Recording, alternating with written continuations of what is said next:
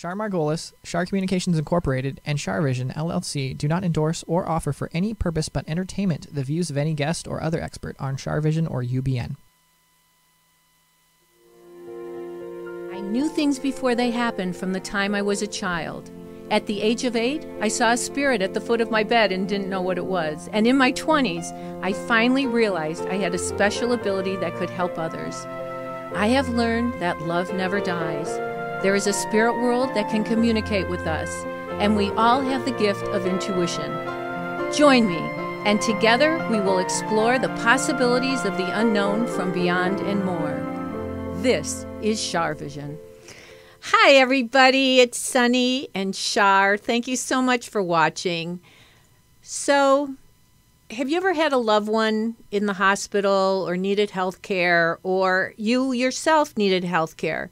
And were you treated well? Did you have an advocate? I think when someone's in a hospital, you need to have an advocate who knows everything, especially if you have 4 different doctors working on you, because sometimes the right hand doesn't know what the left hand's doing. And sometimes you're put on medications that don't agree with each other.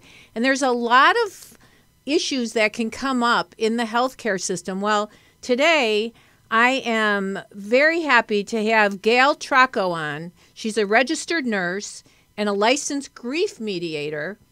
And she's assisted more than 5,000 patients to overcome grief. So, and she's an international best-selling author of Conquering Grief from Your Own Front Porch since 2015. So, Gail, hi. Hey, how are you? I'm great. Thank you so much for being here. How are you? We're good. We're good. That's great. Well, so there's an American epidemic we need to place a bright spotlight on healthcare, and you're the one who's going to do it, right? And you're working on doing a TV show called Healthcare 9/11. That's exactly right. Okay. So, first of all, so you're a registered nurse, and so you do really 2 things. You talk about healthcare and the crisis of healthcare and also grief, right? Yes. Okay, let's talk about healthcare first. Healthcare is a problem that every American has. Rising costs, changes in legislation, everybody's going to face with it. How many patients call my office every week saying, we can't afford to pay insurance, we need to pay our mortgage, we need to put food on the table. Right. What do I do? I'm going to get a tax penalty if I don't have health care. I'm like, feed your family, we'll figure out a way to pay for the health care that you need. And how do you figure out a way to get money? There are programs at many hospitals based on a patient's income. A primary focus for the patients who are eligible for endowment funds would be in need of payments for chemotherapy treatments, for imaging. There are clinical trials offered by pharmaceutical, biotech, and device companies that may pay for some patient items that would be considered standard of care if a patient enrolls in a clinical trial. So sometimes we have to think outside the box, and depending on a patient's income, what things may be available to them. And that's what my advocacy office does, is we help patients solve problems. Okay, so is each state different? Every state is different. Every state is different in the requirements for the informed consent process. In the state of Pennsylvania, a physician has to conduct the informed consent process for a clinical trial. If patients have HIV, if they're HIV positive, right, that may or may not appear in their medical record. The patient may need to sign an additional release for that information to be available to someone. So it's different in every state in the United States. And where is your office? I have 2 offices, one in Peachtree City, Georgia, one in Barnesville, Georgia. And I travel across the U.S. I'm on the road every week from 3 to 5 days at major hospitals across the U.S. Wow. So when you walk in, does everybody hide? Sometimes they do, because I'm the person that asks the tough questions. For I know that. Especially insurance companies. You know, a big part of my day every Friday is spent calling insurance companies, because people at insurance companies, for patients who are lucky enough to have insurance, right, they may deny a patient a new imaging scan. They may deny a prescription refill that patient needs. They may not want to extend a hospitalization based on cost. So I call them up, I find out who the case manager is, and I personally will ask the case manager, why are you denying this? I had several of those calls today, and patient extensions for at least 1 week for 2 of them at inpatient facilities. So really, Gail, you're an angel on earth for those people who are suffering and need help. You know, it's a message that I carry with me every night when I go to sleep, and it's one that I wake up with every morning. Aww. And I'm going to do something about it to change and make it better for people, because I grew up in a very poor family in North Carolina. We never had health insurance because we couldn't afford it. Right. So, you know, my grandfather died in 1975 in January. He never went to the hospital because he didn't have health insurance. He had a punctured lung. We never knew what he died with. He suffered for about 4 months until he aspirated, and he died in a local general medical practitioner's office. Oh, no. Yes, he did. My grandmother died approximately 20 years later in the emergency room. She was transported to the ER, and she was morbidly obese. And at that time, 350 pounds 20 years ago, they may not have wanted to administer general anesthesia to a patient that was over 65 or 70. Today, they probably would. Right. But she did not have health insurance. She only had whatever Medicare had to offer at that time. That's horrible. But there are people now in our society who have nowhere to go when they're sick. That's exactly right. So people find me. There are other advocates. I do more work in the United States, probably at a higher level than other patient advocates do, because of my experience in the hospital. I've got 30 years experience with major pharmaceutical companies, and sometimes it only takes a phone call to the right person to say, you know what, I have this need. What do you have that you can help us with? Do you have like a large social media following? Because all you have to say to them is, you know, I've got so many thousand people on my agenda here on my social media, and I would hate to say that this hospital wasn't taking care of their patients. Oh, I've been doing that all day, all week this week on Twitter with one particular insurance company, and that was one of the approvals that I got today for an inpatient admission at this is a behavioral treatment facility. And if you've seen my new healthcare 911 video, this is the wife that attempted suicide 3 times. Oh, no. And they didn't want to extend her admission. And I said, well, the psychiatrist says she's not well enough to go home and live on her own. Why are you denying this? The lady didn't like me very well at the end of the conversation, but at the end of the day, that patient got a 7-day extension. I'll do the same thing again next Friday morning. God bless you. But there's so many people. Yes. And there's only one of you. I have 5 employees in my Middle Georgia office. I have 2 here in the Peachtree City office. And I do lots and lots of work with television. The media is always very receptive when my PR team sends out a press release. Right. When I'm in cities, I call up the news station at 3 o'clock in the morning. I said, can I come by and do a segment? And I come by and talk about some of the things that patients need to know. And, you know, it's about, how do you take care of your health care?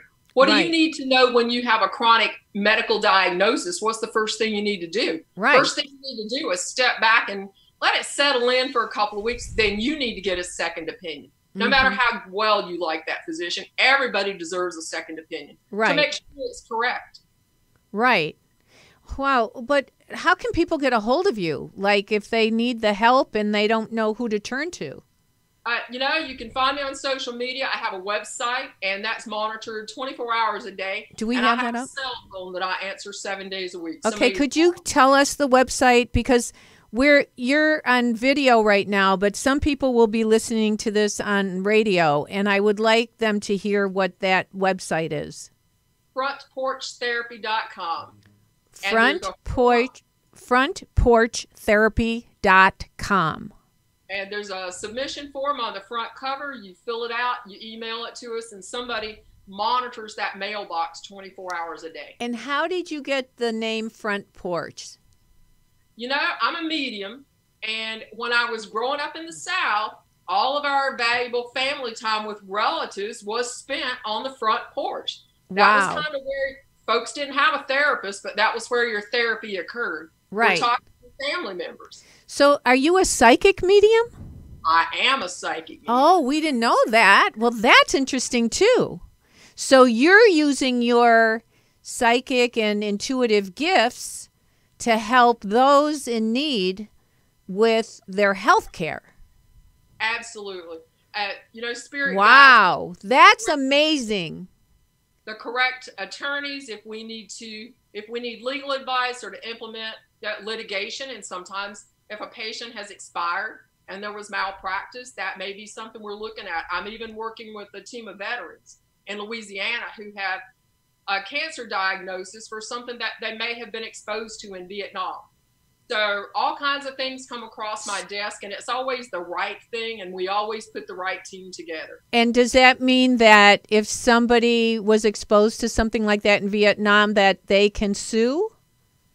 Well, I wouldn't call it sue right now. It's evaluating what they may have been exposed to this agent, and looking at their medical records, asking their physicians to look back to see if they've been confirmed with a specific medical diagnosis. And we take it from there, but that information is very important to reach people.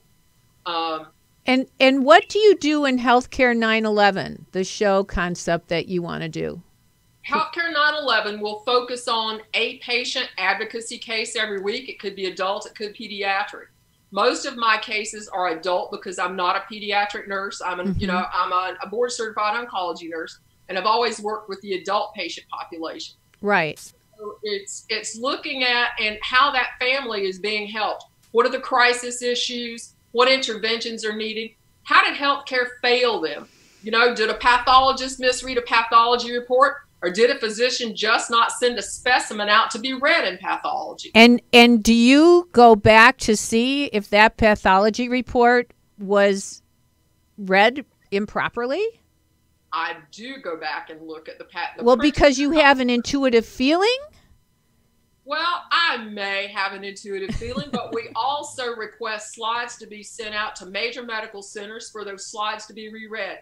If there's a tissue block somewhere, it could be Johns Hopkins, it could be Duke University, whatever region that family lives in, there will be a teaching hospital that can read these slides again and give us a new pathology. Okay, because the truth is, we're only human, we can make mistakes. That's correct. So someone reading the slide might make a mistake or put the wrong name on the wrong thing. Well, and teaching hospitals are such a valuable part of our U.S. healthcare system. There will be a team of the attending physicians as well as the fellows. There may be 10 people that read a slide set. You will be getting multiple medical opinions, and then the attending signs the report. So that's a critical part of our healthcare system that people need to utilize. And people who work in the healthcare system really need to be detailed, because we're working with, you guys are working with people's lives. It's lives every day, and healthcare has changed so much with the electronic medical records system. I personally took somebody to the ER 4 weeks ago, and I was watching the nurse in triage. She wasn't looking at the patient. She was looking at a computer screen, ticking boxes, asking questions. And I asked her, I said, are you going to look at this patient? Oh, no. Or are you going to fill out your electronic medical record system? And she kept ticking her boxes. Like, you're telling me she didn't take her pulse? She took it a few minutes later. Did she take her blood pressure? She took it a few minutes later. She was asking questions versus looking at this patient who had a hemoglobin of 7.6 and should have probably immediately been taken back. What's normal? I don't know what that means. Anywhere from 10 is low, right? Maybe 12 to 18 is normal range. Wow. Ranges vary. Well, thank God you went with her. Well, she just happened to be in the office, and I looked at her and I said, we knew her hemoglobin was low, and her physician is treating her for it. And she said, I feel faint. I said, let's go to the ER. Just kind of had an intuitive thought that probably was what was causing her to feel, very faint, like she thought she would pass out. And I was right. Her hemoglobin was very low. She ended up getting a transfusion. You're a modern Florence Nightingale. I would love to have known Florence Nightingale. Maybe I was her in another life. Well, that's what I just got goosebumps. And I'm wondering if you were her in a past life, do you feel connected with her and do you feel like she guides you? I do feel very connected. I'm telling you, that just came out of my mouth. I haven't said the word Florence Nightingale maybe in 30 years or something. I'm telling you, I have a feeling it is. It's, I don't mind not being the popular person. I don't mind, the people at insurance companies, and I call them, like I said, every Friday is my insurance company call day. I don't mind if they dislike me. I have a great medical team. We have a fairly large law firm in Atlanta. There are 4 attorneys that I consult for legal advice for cases, and they guide me properly as to what patients may need. And then and then you have to deal with patients' families, right? Yeah. And that's got to be hard, dealing with human beings and communication, period. It is hard, but you know what? When you're nice to folks, and down south, I'm going to use the word folks a lot. Right. And if I see them face to face, I'm like, you know what? You just need a glass of sweet tea, and we need to take a minute. So it's, and I have Truvia in my purse all the time. I don't even consume sugar in sweet tea anymore. So, that's good. Sugar's really bad for you. Yeah. So that taking that deep breath with that, when you're sitting on the front porch, rocking chair, it puts you kind of in a meditative state. Right. So without a patient even knowing or family knowing that they are changing their brain waves and their vital signs, their respiration rate will get a little more balanced, their blood pressure gets lower, we're at a place where we can begin to discuss what needs to be done and work towards a resolution. That's incredible. I mean, what you do is incredible, but do you take time for yourself? Absolutely. I have a farm out in Barnesville, Georgia, and we have horses and we have German Shepherds. And you have horses. We have horses, quarter horses. That's where I'm at. I used to have a quarter horse. I think they are amazing. My sons have grown up with horses. They all ride. And they still enjoy it, even though they're busy with college now. Yeah. It's still something they enjoy. Yeah, I always said that because I started teaching riding when I was 12, that it helped me to be intuitive, because they always gave me the horses that no one else wanted to ride, and I had to anticipate intuitively what they were going to do next so I wouldn't get killed. Well, that's exactly right. Our horses are a little more gentle than that. I'm not quite so adventurous. We have when somebody needs to go to the trainer, then we send them to the trainer for what I call a fine tuning if they haven't been ridden. Yeah, well, I'm just talking about when I was a kid. I'm not going to do that now. Well, maybe we need to go horseback riding. Oh, I would love to. I would love that. I haven't gone in such a long time. And so, do your kids work with you, or they're not old enough yet? No, my sons are all in college. The oldest son, he's an IT expert. He takes care of the IT. He does not work for the business full time. One of my other sons helps run the office in Barnesville, and that's more dealing with the accountant and bookkeeping and mail coming in. But the rest of the staff are all college students. And my business was featured in the Associated Press in December, because one of the benefits for the students that all work for my business are that they get full health insurance is paid. They get vision. And in Middle Georgia, that's not a rich part of Georgia. And many of them have never had health insurance, and they wouldn't have health insurance if they didn't get it through their employer. So it's something I feel very strongly about. What kinds of changes are needed in the health insurance and medical communities? And is the current American healthcare system repairable? I don't think it is repairable for the model that we know now. And if you're watching CNN, MSNBC, they're talking about, Google and Amazon are going to change healthcare. Well, what are they doing? They have healthy people, because their average employee is probably a millennial. Right. Health insurance is lower for a millennial. They're not hiring 45 and above. So it's a different target audience that they are talking about insuring. And, we're talking about the average American family that has a medical diagnosis. You may have a child that has a critical illness. One of my sons, when he was growing up, he had a gastroparesis. He was on a feeding pump 18 hours a day. Oh. Yeah, and I ended up having to pay that even 20 years ago.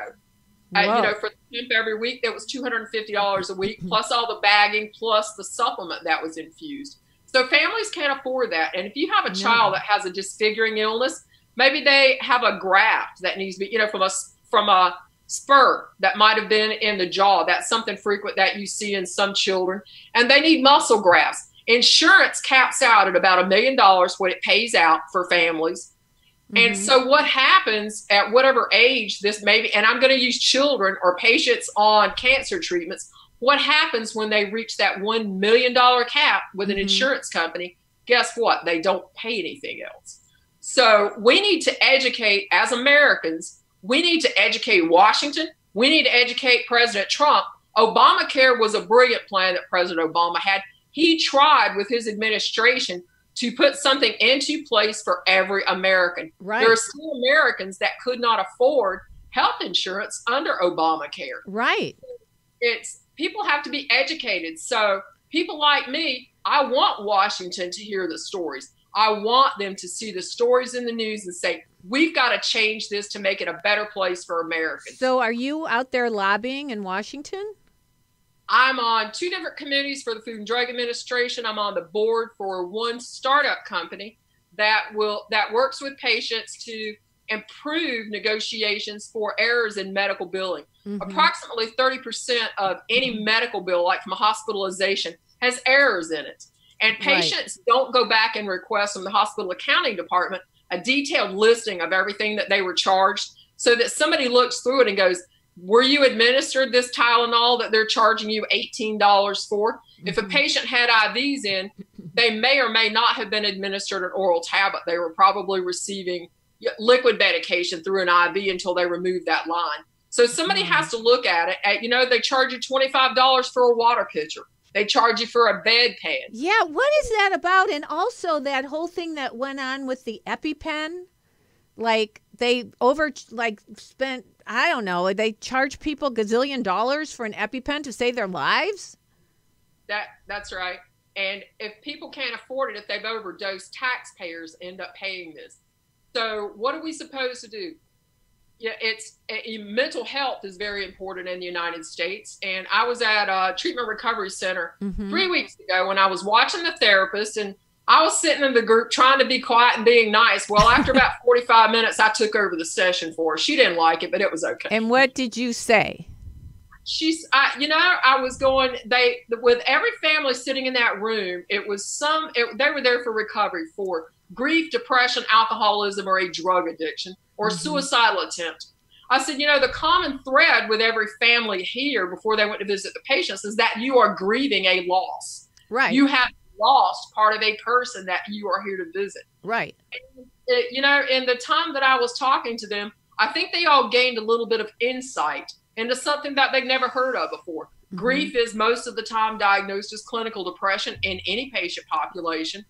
And, you may not need you may not need a prescription medication to treat grief. When you understand maybe why you're feeling blue today, it's because maybe you're grieving a loss. Maybe you changed your job. Maybe you had a pet that died. Well, you brought something up that's really interesting because, this gun control thing they're going back and forth about, but I really think it's mental illness that's really the problem. I'm not saying I agree with the guns, but mental illness is the problem. And do you deal with that as well? People who are like bipolar and schizophrenic and anxiety ridden, do you work with them? No, I do not take those patients in my clinical practice. They really require physician management because they're all on prescription medications, and they require a therapist that is very experienced with whatever that niche mental health illness is. Right. If it's suicidal tendency, if it's substance abuse, if it's alcoholism, that's who they need to be working with. Is somebody that knows the trigger symptoms to watch for. One thing I do know is that we need better management of psychotropic prescription medications for patients that are on those. Right. And I have yet to come up with a way to suggest even to anybody in Washington how to monitor that, with a driver's license or anything without violating a patient's HIPAA. Because if you Right. look at most of these people who have gone out to do the shootings, even the younger ones, they had been on some type of psychotropic drug medications Oh. and probably had not taken them. And you don't just stop taking this type of medication immediately. It's tapered to change it or for a patient to come off of it if they're taking multiple prescriptions. So somewhere along the way, our system has to be revised to monitor the mental health better. It's hard to find a really good psychopharmacologist or psychiatrist that really knows how to balance the exact amount of medication someone needs for the person to be balanced psychologically. And that's why I don't take those patients in my practice, because I have a questionnaire that people fill out if they're looking to come to me for therapy services, and I know what I can and cannot work with. And I'm much more comfortable. And if they don't like their current psychiatrist, we're happy, you know, somebody in the office to Google in their area and find other physicians that they could consider to make a change to.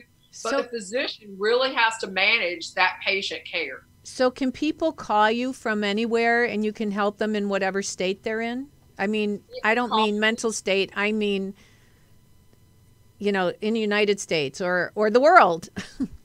Yeah, I don't deal with out of the United States healthcare issues. As far as being a grief therapist, I've got clients globally, as far away as India. Oh, wow. I speak Spanish, so we can do sessions in Spanish. That's not, you know, the language is not a problem. That's amazing. That's so amazing. Now, okay, so there's a couple things I want to ask you. One, and then we're going to take a break, and then we're going to come back, and we're going to talk about the grief work that you do. But one is just quickly about the opioids, the opioid epidemic going on. What do you think about that? Well, you know, that's not a new crisis in America. This has been a crisis ever since I've been a registered nurse, which is almost 40 years. Uh-huh. And I can tell you that in some states, when patients are on home care, especially cancer patients, because I work with them, you know, 80% of the time, there are medications in the home that may not be recorded on a patient diary. Hospice left medications, and I've got a bag over here in my office I can pull out and show you. They picked up the hospital bed, and guess what they left behind for the case study that you'll see in Healthcare 911? They left behind all of the chemotherapy and the pain medications. Wow. That was what the wife used to overdose in the goodness. Healthcare 911 video. Now, okay, so that was one question, and the other question is when did you sell the 911 TV show or you're trying to sell it? You're trying to sell it. Trying to sell it. Okay. Well, if anybody here is a producer and you want to have a really good show, I say go for it. I think it would be really good on PBS as well. If you could get sponsors, I bet you could get it on PBS. Well, you know, 3 years ago I started going on television. I would have never seen myself wanting to be in front of a camera. Right. But when there's a message that needs to reach the masses, television is the way to get the message there. Yeah, it's so important because I understand because I myself have used it for 45 years to infiltrate my work about life after death and taking away people's fears of, you know, life and death and understanding intuition. So, Gail, can you stay with us while we take a break? And because I really want to talk about your grief work that you do. Be glad to. Okay. Thank you so much. This is Gail Trocco. She's a registered nurse, and we're going to be right back because when you lose somebody, it's horrible. And it's so heartbreaking. And how do you deal with grief? How do we move on? I just did an event with this woman whose husband died. She cannot move on. So let's see what Gail has to say about it. Don't go away. We'll be right back. Hey, everybody. You probably think I only do individual readings, but sometimes I get a message for everybody. And I wrote a poem that was channeled through me, and I'd like to read it to you. It's called Until We Meet Again by Char Margolis, a message from heaven. My work is done, it's time to leave. Know that I am also missing you as you grieve. I completed my karma on the earth, and now it is time for my rebirth. I'm flying with eagles and dancing on stars. Please know that I haven't gone far. The love we have will carry us through until the day I am again with you. What an amazing journey this passing over can be.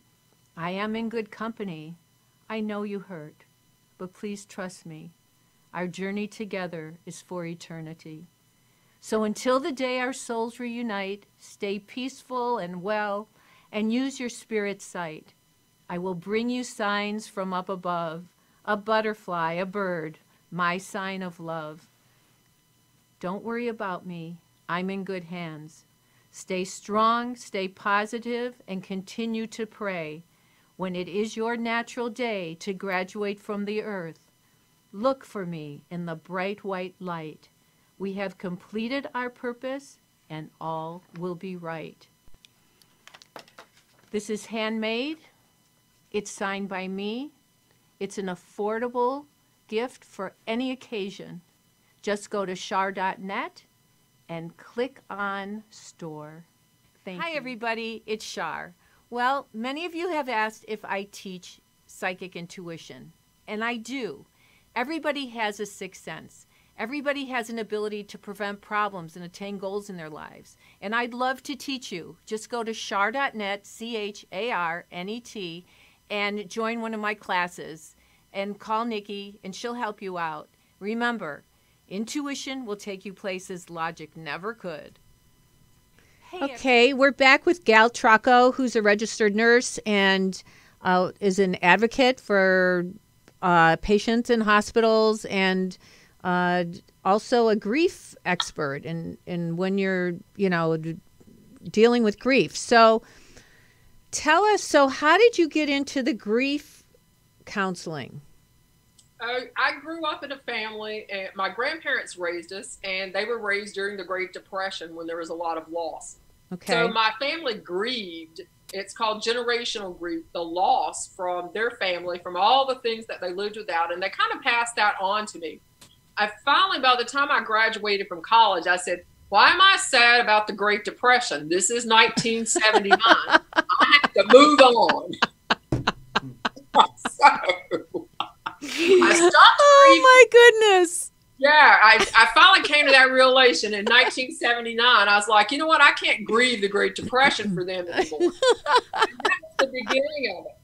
And working as a nurse in a hospital, all the patients that I was working with, no matter what their diagnosis was, they were all grieving a medical condition. And so I began to study the work of Elizabeth Kubler-Ross, who pioneered Death and Dying. Her first book was released in 1969. And by about 1992, I said, well, I think she might have been off just a little bit. And so I began my own clinical work with grief. Wait. You thought Elizabeth Kubler-Ross was off? She established that there were 5 phases of grief. Every patient that I had ever worked with had 2 phases that were not documented in her work. I have a great deal of respect for her work. But first is always fear, because of the immediate loss, no matter what it is, that knowledge. And then at the end, when a person has entered that healing phase, they kind of forget about it. So I call it forgetfulness. So what you want every patient to do is be in that forgetfulness phase where, yes, they've learned to live with the loss. Yes, they remember it, but they're not focusing on it every day. Right. And when I started implementing this strategy with patients and this concept and began to document it with all the thousands of people that I've worked with, they were going, yes, we agree. So, the phases of grief cycle, they're, depression, the anger, the loss, the bargaining. Everybody goes through all of them. You may go through a cycle more than once. Like you may go through the anger and the depression more than once because of the loss. Right. But everybody is just absolutely, it's fear-ridden when you have any type of loss. Right. Wow. Okay. So, excuse me, what are the stages? Well, always first is fear.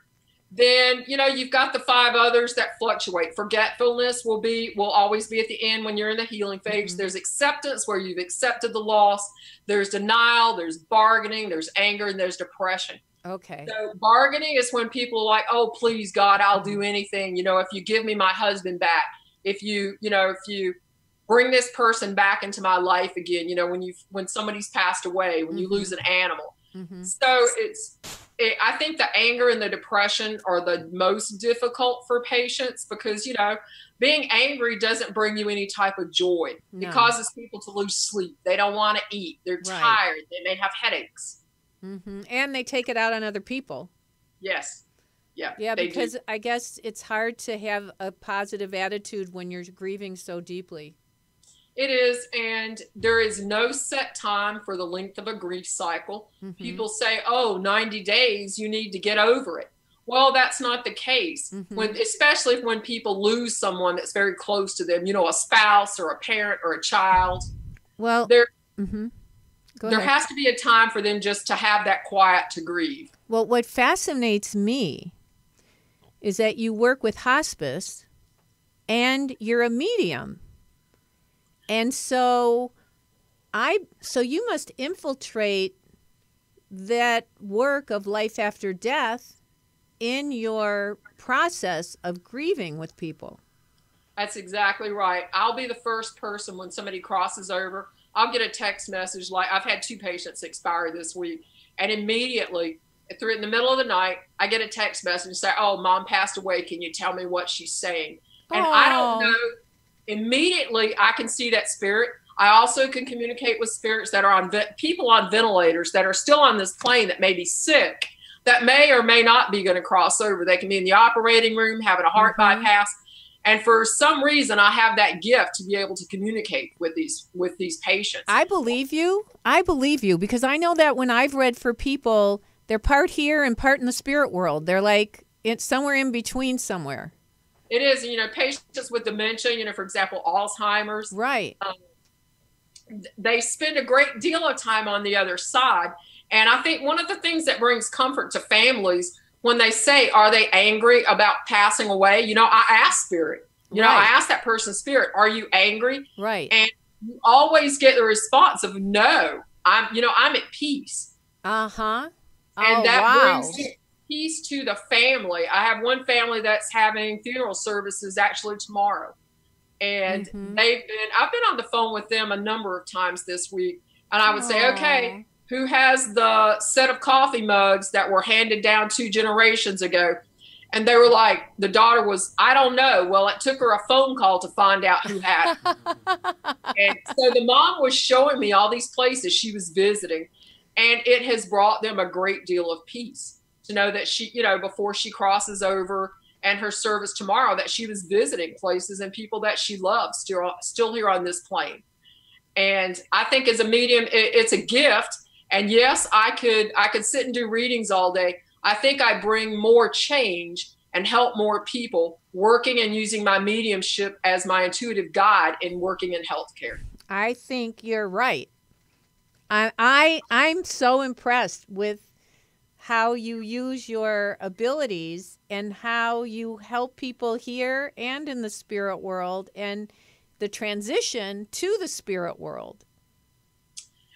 I think it's our obligation when we are born with a gift. And I've worked in a hospital since I was 15, either as a candy striper or a part-time employee. I've always worked in a hospital, and I always knew I wanted to be a nurse. There was never a doubt of what I was going to major in when I attended the university. So when you're born with that, and I've got that drive, and if anybody should have failed in life and never attended college, it's me. Because my family didn't have the money to send me to school. My grandmother wouldn't give me the $10 to fill out the college application to send in the fee. My next door neighbors bought the money or at the post office. That's so special. Mailed my handwritten application. Wow. Oh. And were other people intuitive in your family, and did they see spirits? I don't know. One of my sons is a medium. He actually works as a chef. But you'll see him if you look at my YouTube channel. He goes with me on television a lot. My sons never doubt when I tell them something. Right. If I say, okay, you shouldn't go there today, or don't drive that road, or you need to be careful of this person that you think is a friend. They listen to that guidance, and it might be 30 days later, they'll go, hey, Mom, guess what just happened? Yeah.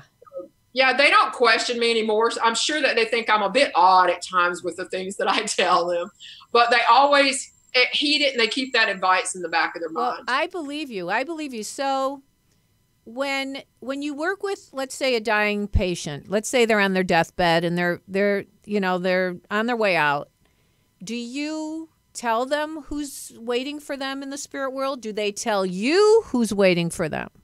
Most of the time when I'm there with the families, you can see spirit, and generally they will gather around the head of the bed so that they are standing behind the patient, so that when the soul leaves the body, they're there. So there may be 5 to 10 people. The rooms get really crowded before a person crosses over, and I tell the family who's there. They'll give me their names. They tell me what their relationship was. Sometimes it's a generation back, and they'll say, "Oh yes, that's our great grandmother." Right. Many times an animal will be there that maybe the family had, or it may just be a breed of dogs. Generally show up when I'm there because I love dogs. Yeah. And I'll say, "Oh, I've got a border collie here, or a collie, or a German shepherd, or a little poodle." Right. And they say, "Wow, we didn't have one." I'll say, "Well, there's one here." It's interesting that you say that the spirits are at the head of the bed behind them. Yes. Because I've always just thought that the reason when people die and their eyes go in the back of their head is because they're following the spirits behind them. Well, I love that concept.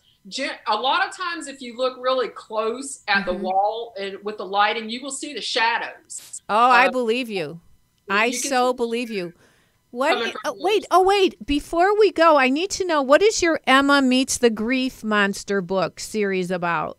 Oh, Emma Meets the Grief Monster is it's a book about divorce, and I just chose that topic for a grief cycle. And each book goes through a different phase of the grief cycle. The target audience is 7 to 12-year-olds, but I use it for adult patients. I use it when I teach workshops.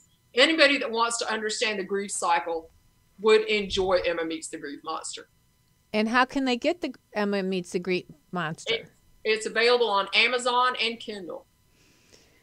Well, I must say you are a fascinating lady. I am honored that you've been on my show today. Thank you so, so very much. And everybody out there, if you need to get a hold of Gail, you can go to www.frontporchtherapy.com.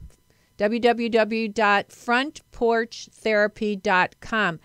Gail, I hope our paths will meet again. I'm invited to do a show in Atlanta. Maybe we can go horseback riding then.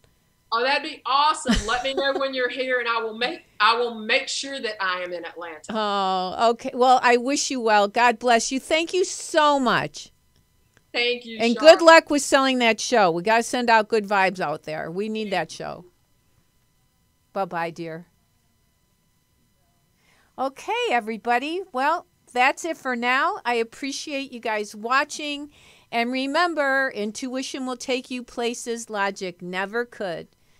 God bless you. Be well. Thank you so much for watching and for your support of my work. Bye-bye.